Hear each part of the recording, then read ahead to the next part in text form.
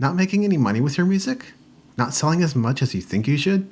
Is it possible you aren't attracting the right kind of audience?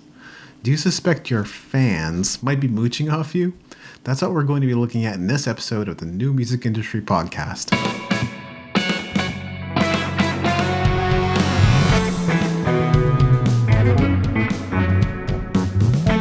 You're listening to the New Music Industry with David Andrew Wiebe. Hey, it's David Andrew Wiebe. So this is something I've been giving more and more thought to as of late. Even with Music Entrepreneur HQ, I've had that experience of building a lot of traffic and growing my list, only to discover that most of the people I was connecting with just came for the free stuff, did a hit and run, and quickly ran the other way. And as painful as it was, I had to go and repair the foundation of the business because that's where the problem lived. And I'm telling you, that's really the hardest thing to do once your business is up and running. So here are a few tips to help you begin appealing to buyers rather than just sponges. Tip 1, stop doing pro bono work. I used to do a lot of pro bono work for people. We used to accept guest posts from anyone on Music Entrepreneur HQ until I realized just how much work it was to edit, format, and schedule their content to reflect the standards and quality of the brand I was looking for. Then we started charging because it was just taking up too much time. Then I had to effectively double the rate because we kept getting low quality submissions that required a lot of work on our part to edit. Some people complained our rates were too high, but that's how I knew I had hit the sweet spot. It repelled the tire kickers and link buyers and started bringing in clients who are serious.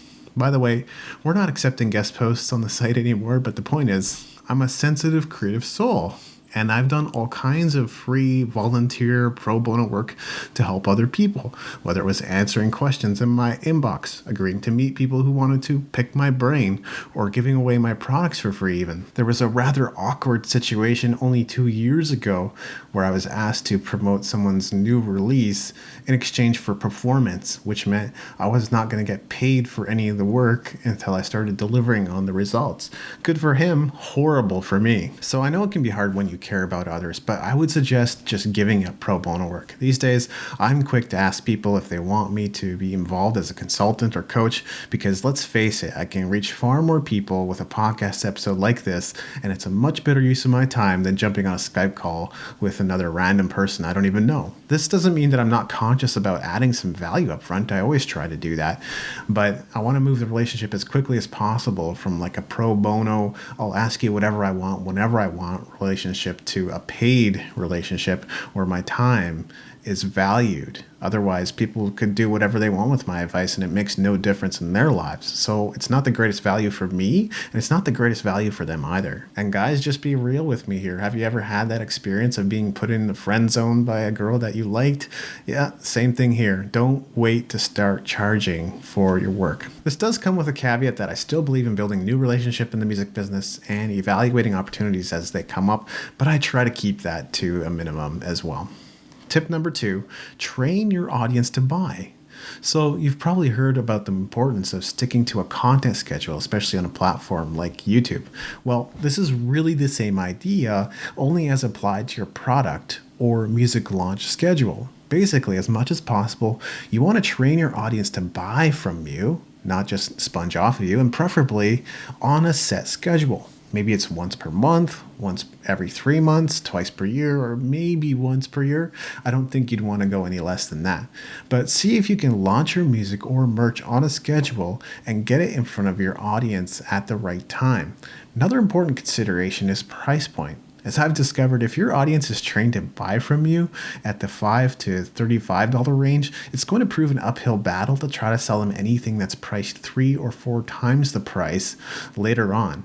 And if they've been trying to buy at that level for years and years and years, they're not going to change. So think about the price point you want to sell your music and merch items at and try to launch within the range you've identified, even if that means bundling more products together to bump up the perceived value. It's good to have low-priced products, moderately priced products, and high-ticket items, and pretty much everything in between. But make sure you set this up early and don't wait until later when your audience is already used to buying from you at a specific price, because you're going to have a hard time increasing the value of your products at that point. Tip number 3, see if you can find a way to charge for everything, including your opt-in offers or free giveaways. The entire point of a lead magnet is to grow your email list, but it might be worth creating a low-priced order bump so that you can make some money while you're growing your list. The goal will still be growing your list, but if you could make a little bit of money in the process, that'd be pretty sweet, right? You've probably seen those free plus shipping offers out there, and you might even be running some yourself, and that's great. I just don't believe in the bait and switch myself, because you see so many of these offers out there where they claim to be free, but the moment you go to their sales page, they charge for shipping. On Instagram, I've seen all kinds of complaints from people for these types of offers these days, like, why are you charging $17.95 for shipping? And this is false advertising. And exactly, they're right. This is false advertising. I don't believe in the bait and switch.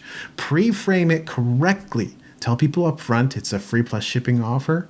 Help us cover the cost of shipping, help us cover the cost of maintaining our website, or something along those lines. But don't tell people something is free and then stick a $20 bill up their butts. Aside from that, maybe make everything clickable on your website lead to something people can pay for or buy. That ought to train your audience.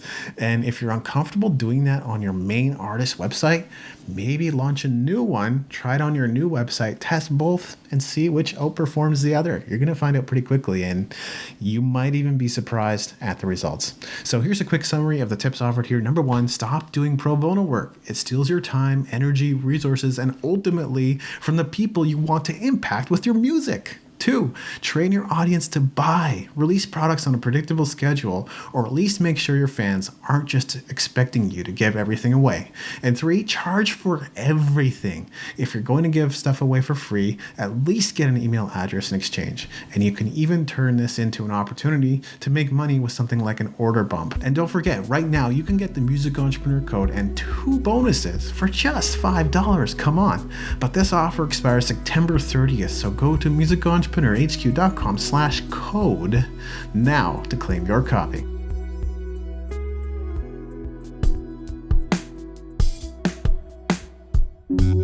Thank you for listening. Music in this episode was brought to you by Brian Young. Wherever you're listening to this right now, please consider leaving a 5-star review and comment to help us get the word out about the podcast.